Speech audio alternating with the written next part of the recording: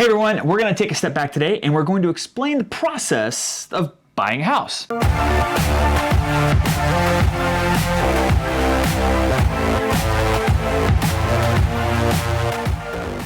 So no matter if you are buying a house for the first time or it's been 5 to 7 years, you should probably be paying attention. Well, I mean, I don't remember that much stuff that happened 5 years ago, especially when it was really foreign to me to begin with. So when the time comes, you know what to expect.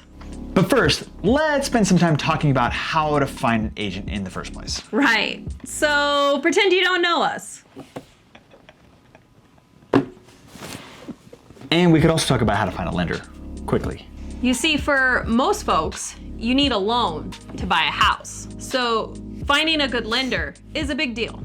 Almost as big a deal as getting an agent, but not quite. So how do you make sure that you get a good agent and B, a good lender? And which one comes first, the chicken or the egg? Well, the good news is that doesn't matter. Yeah, I mean, if you know a great local lender, say your brother's a lender or something, then just talk to him and he's gonna be able to refer you to a great agent. Or let's say that your BFF just so happens to be an agent. She's gonna be able to recommend you a good lender or maybe 3. But if you don't have an agent in your immediate circle, and let's just keep this to agents from this part forward. Other ways to find an agent would be like going to an open house or walk into a local brokerage. Maybe ask your friend who just bought a house who their agent was. Or succumb to the titanic efforts of real estate agents everywhere as they use their marketing dollars on Zillow ads, Magazine and print ads, TV and radio, shopping cart ads, or bus benches. or social media like Facebook and Instagram and YouTube. Recently, some really good friends that we're working with asked us, if we didn't know you, how would we find an agent to work with? Oh yeah, don't worry. Someone would have found you, or you would have found them. We have agents everywhere. I mean, there are agents everywhere. Sorry if that sounded kind of creepy.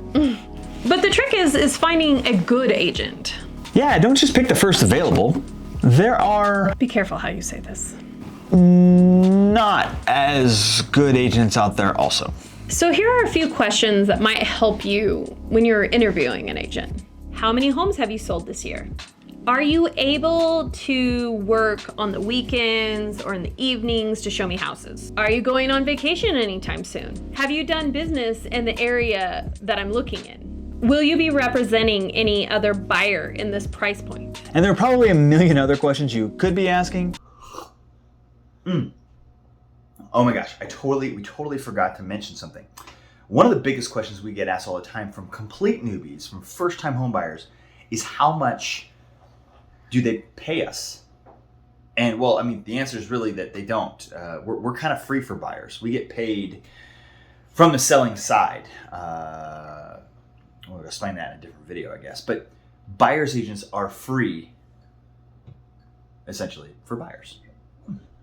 We generally like to schedule, a meeting like a coffee or maybe a Zoom meeting if they happen to be from out of the area, just so we can get to know them a little bit better, know the story, know all the details, what they're specifically looking for, and so that we can exchange questions about how we work, about how they work, and, see if they have any other questions for us that, we haven't already answered. But what's really important is that you get to pick the agent. And the lender. That's right. Nobody owns you. Nobody tells you what to do. You pick your own lender and agent. You be your own boss. Think of the words know, like, and trust, and that's the bar. Yeah, don't pick somebody that you don't know, like, or trust. If there's a word of warning in all of this, that's it. Don't just go with an agent because they're the first person you talk to or they tell you that you need to use them. You don't.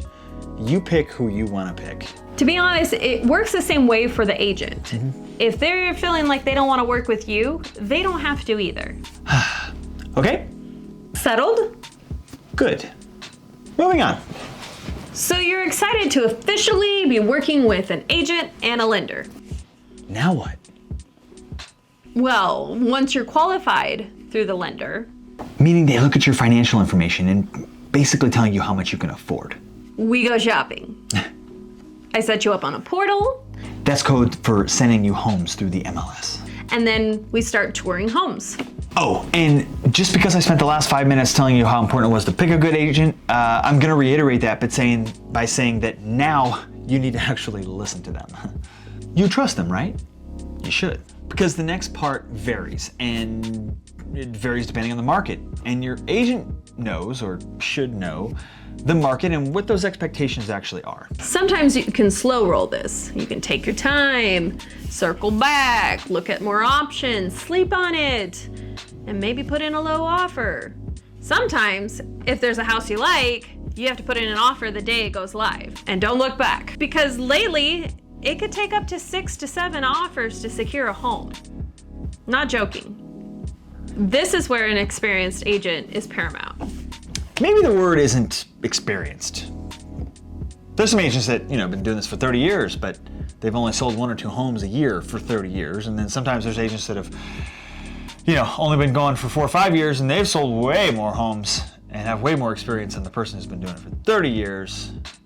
So again, who is more in tune with the market that you are actually looking at? John, off your soapbox. Well, yeah, back to showing houses. So here are some tips about touring homes. Remember, this is about you finding your home. If we pull up to a house and you know this is not the house for you, maybe it's not the neighborhood for you, don't be afraid to tell us. It doesn't hurt our feelings. We've seen hundreds, maybe thousands of homes. We don't need to see a house that you don't want to see. Oh, and this might sound really obvious, but let us know what houses you actually want to see. We can see how many times you've looked at a house online. You've looked at a house maybe 476 times, but you never asked us to see it. What? Yeah, what? We'll never know that you wanted to see it. Remember, you're the boss. You're the boss. In either case, after touring some homes, getting a feel for the market, we're gonna begin to narrow it down. Some buyers know after seeing only 1 or 2 homes what they like. For some, it takes over 15. Try not to let it get past that, okay? Okay, so we found the perfect home. It's time to write. This is another topic that you're gonna need to work closely with your agent. This is my favorite part, but it varies from house to house and situation to situation, so no 2 deals are ever the same. So after careful consideration and consultation from your agent, we write the offer, we get it submitted, and go through the process if there's counters or anything like that, and get to a conclusion. And if all goes well, the offer gets accepted, and we are off to happy escrow land. Whoa, whoa, whoa, whoa. Now what? Be sure to hit that subscribe button and hit that notification bell because part 2 will be coming soon. Thanks again for watching. Be sure to hit the like button so that almighty algorithm can help us out, and stay tuned for the next video appearing somewhere shortly. So when the time comes, you know what to expect. You didn't have to, I wasn't even, when the time comes, you know what to expect. What, or when, or how to expect. Who knows? This is a long video. You're gonna make it, we're gonna do the bloopers right now in the beginning?